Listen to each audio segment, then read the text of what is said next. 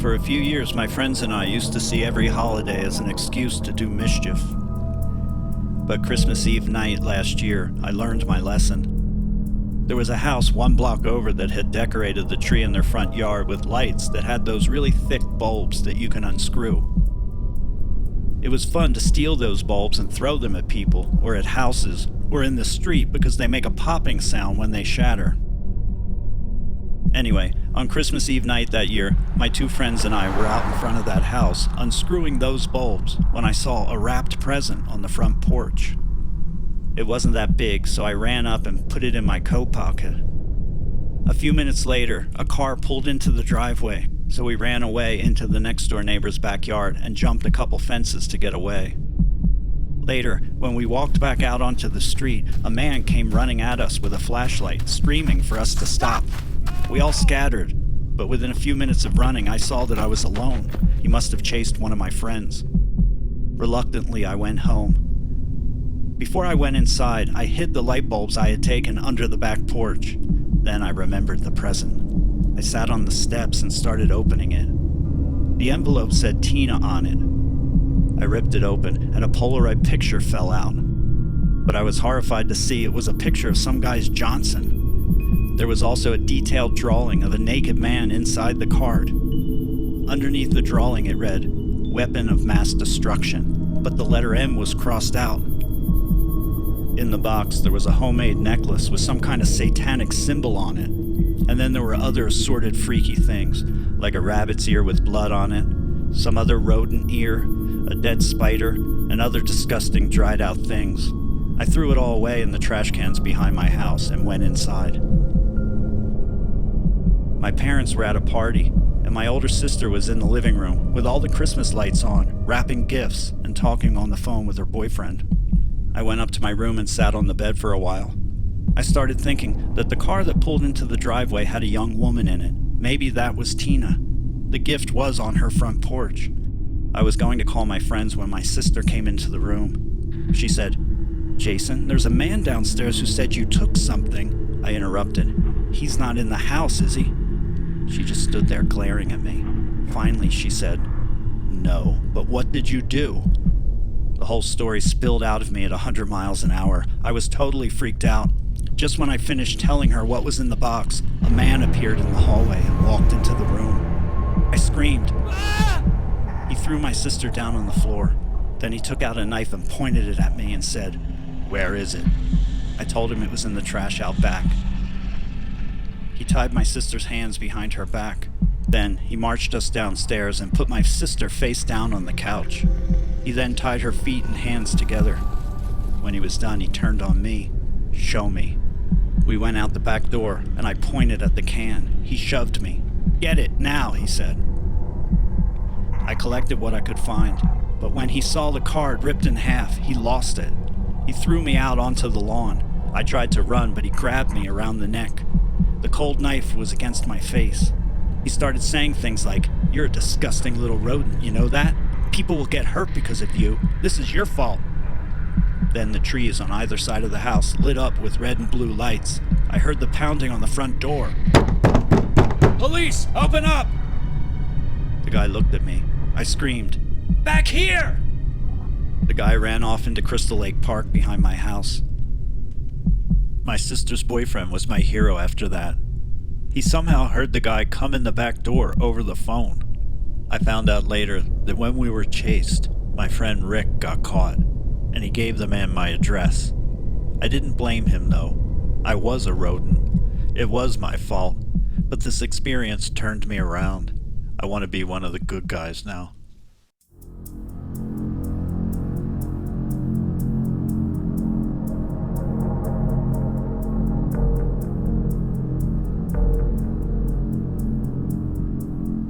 Last Christmas, my wife and I were not getting along. We had just moved into a brand new house outside the city, and I had moved up from law clerk to associate attorney at work, but it seemed like nothing I did was good enough for her.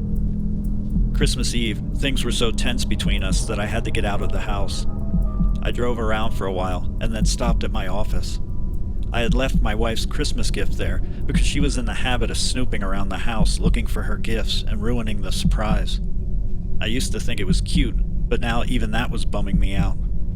Anyway, when I got back home, I realized I wasn't ready to go in, so I parked the car and walked over to my neighbor's house.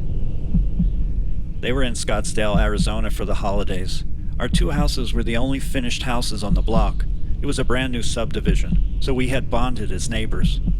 They had a key for their back door hidden under the deck, so I grabbed it and went inside. I went down to the basement. They had an awesome pool table down there. I thought I would practice a bit, but I just sat on the couch in the dark looking at my wife's little wrapped gift. I knew I should just go home. I was just about to leave when I heard people walking around on the snow outside. I looked out the little window and saw shadows in the yard and heard men talking. It wasn't my neighbors. Then I heard heavy footsteps on the back porch, and I suddenly remembered I didn't lock the back door. I started hunting for my phone and my coat, but for the love of God, I couldn't find it. The damn thing always falls out of my pocket when I'm in the car. I could hear several sets of boots walking around loudly upstairs. I was still hoping there was a legitimate reason for these people to be there, but something didn't feel right. Then, there was a loud crash that shook the house. My neighbors had an expensive armoire in the dining room. Someone had pushed it over. Now I knew I was in trouble. I ran into the laundry area on the other side of the basement, and I could see that there were 2 pickup trucks in front of the house, and there were men in both. What the hell was going on? Then, someone started stomping loudly down the basement steps. I hid behind the dryer. 2 men came down and stood in the other room talking. These guys were hardcore criminals. They were talking about stolen drugs, a safe, and killing my neighbors. I heard one of them stabbing the cushions on the pool table with a knife. It sounded like he cut the felt cloth on the table and tore it off. Then I heard the laundry door open and the light came on. I hid my face in my arms and prayed they wouldn't see me. They prowled around the room for what felt like a long time. Eventually the light turned off and I heard them walk back up the steps. I had to get out of there. I stood up and walked out from behind the dryer when I got the shock of my life.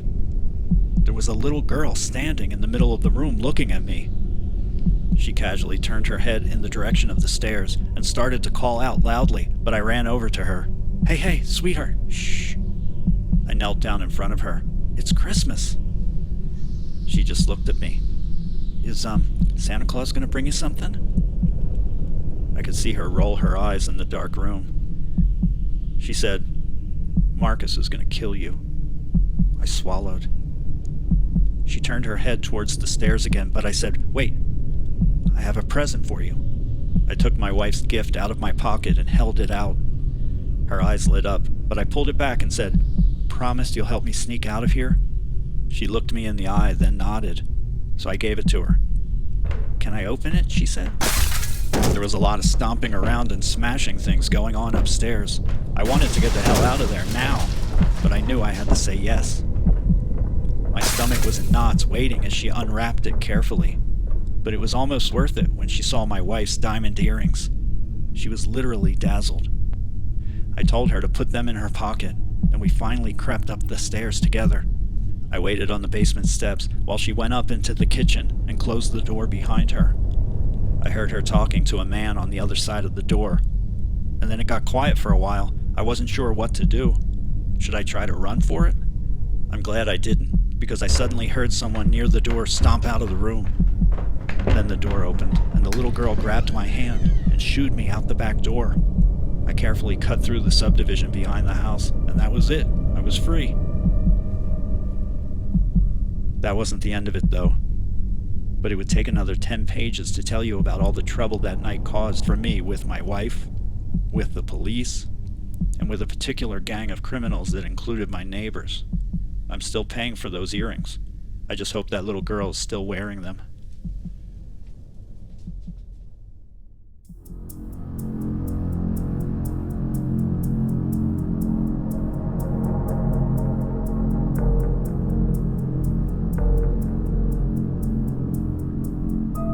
When I was a kid, my brother, my twin sisters, and I traveled to Colorado to spend Christmas with my grandparents.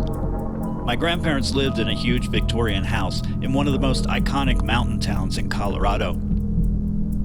On Christmas Eve night, they threw a huge Christmas party for the cast and crew of the play they were producing at the local theater. The play they did that year was A Christmas Carol. Everyone from the production came to the party, still in costume. People showed up from Aspen and all over. Anyway, later that night, my younger sisters were supposed to be sleeping, but they came down and said Santa Claus was caught in the chimney. I took them back upstairs to bed. They were sharing one of the finished rooms in the attic, and they told me that before they went to bed, they heard Santa on the roof saying the usual stuff like ho ho ho and Merry Christmas. But when they woke up later, they heard him calling for help from inside the chimney. The big chimney on one side of the house ran through that room, and while I was listening to them, I could hear jingling bells, moaning, and coughing in there. I ran downstairs and tried to tell everyone that Santa Claus was stuck in the chimney, but of course they laughed. I found my little brother, and he said we should check the fireplace in my grandfather's study. There was a huge metal grate in front of it. We moved it a little and called up, "Santa!" Suddenly, bells started jingling, and we could hear a voice pleading over the music. It was horrible. He really was stuck in there. We rushed back out into the party. Eventually, I found my grandmother in the getaway house with a lot of other people. It was a separate little house in the backyard. When I walked in, the room was filled with a lot of skunky-smelling smoke. My grandmother grabbed me and made me swear not to tell my parents. I said I wouldn't, but only if she helped me. "Okay," she sighed. "Let's go save Mr. Kringle." She rolled her eyes at the other people in the room as we were leaving. It took forever for us to get back to the study. People kept pulling her away. It was like trying to roll a boulder up a hill. It kept rolling back down. Once we were in there, we called Santa's name again, but his voice was getting weaker. Nevertheless, my grandmother heard it.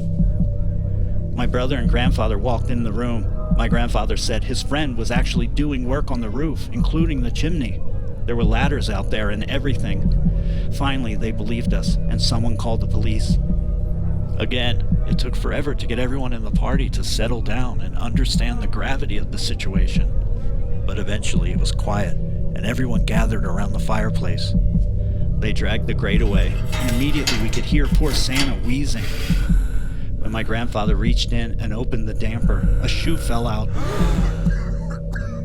That sobered everyone up, and they started rushing around trying to help.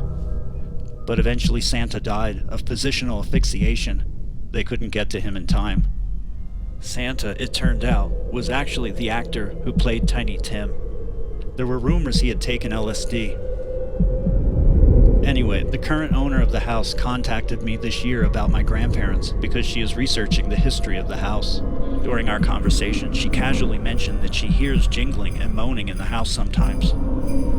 She was floored when she heard the story from me. It was bad enough that that guy was trapped alone in there for hours while people partied all around him. But now it looks like he's spending his afterlife alone in there as well.